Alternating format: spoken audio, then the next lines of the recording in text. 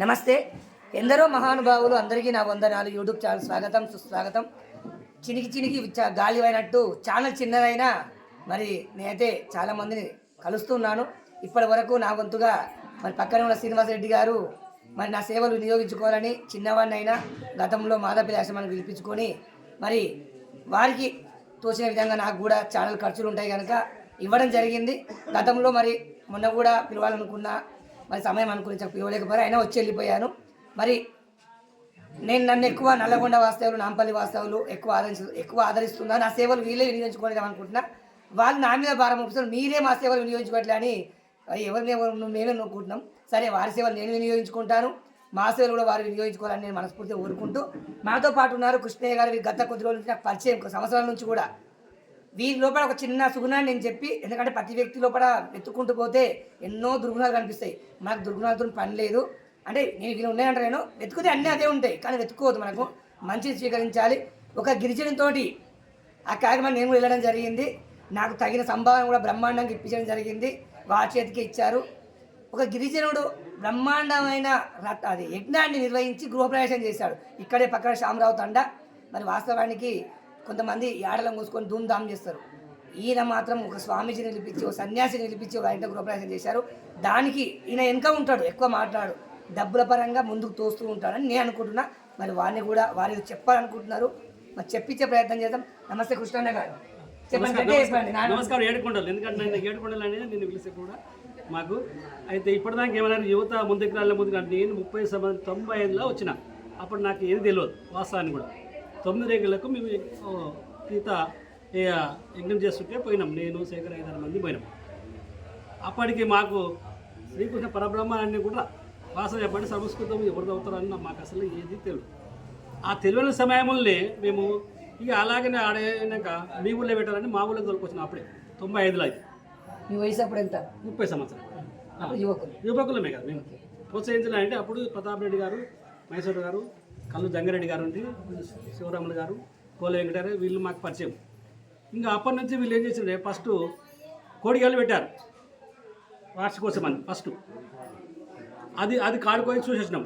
చాలా మాకు ఇంకా మైండ్కి పెరుగుతుంది ఒక్కొక్కడికి.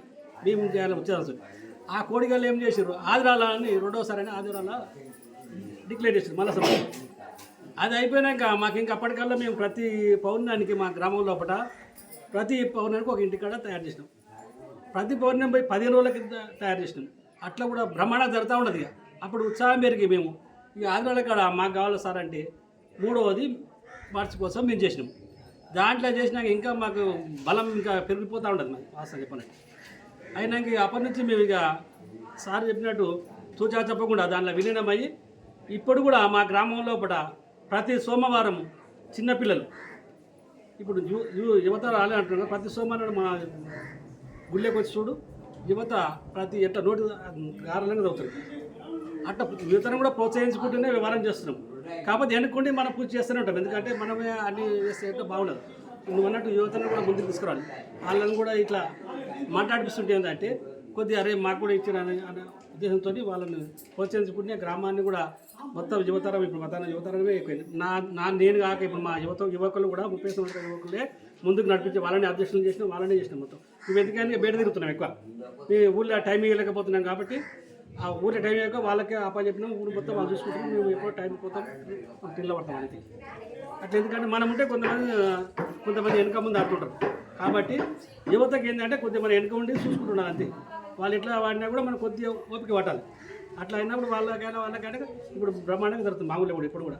అయితే ఇంకొక అది అయిపోయినాక మళ్ళీ ఏం చేసినాం, మళ్ళీ కావాలంటే మళ్ళీ 2013లో మళ్ళీ ఆడినాం. మళ్ళీ ఇచ్చారు మాకు. ఇస్తే 2013లో తీసుకొని అప్పటికి నా గుడి భూతరాకాశం ఉంటుంది ముందు.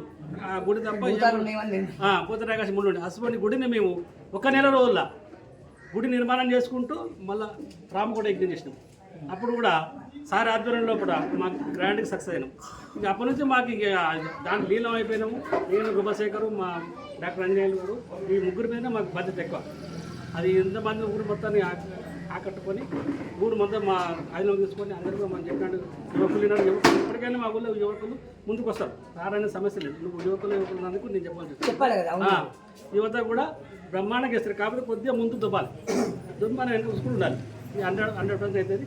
ఈ యొక్క సమాజానికి మేము కూడా సేవ చేయాలనే భావనతోనే ఈ కార్యక్రమాలు చేస్తున్నాము. ఇంతటితో మాకు ధన్యవాదాలు.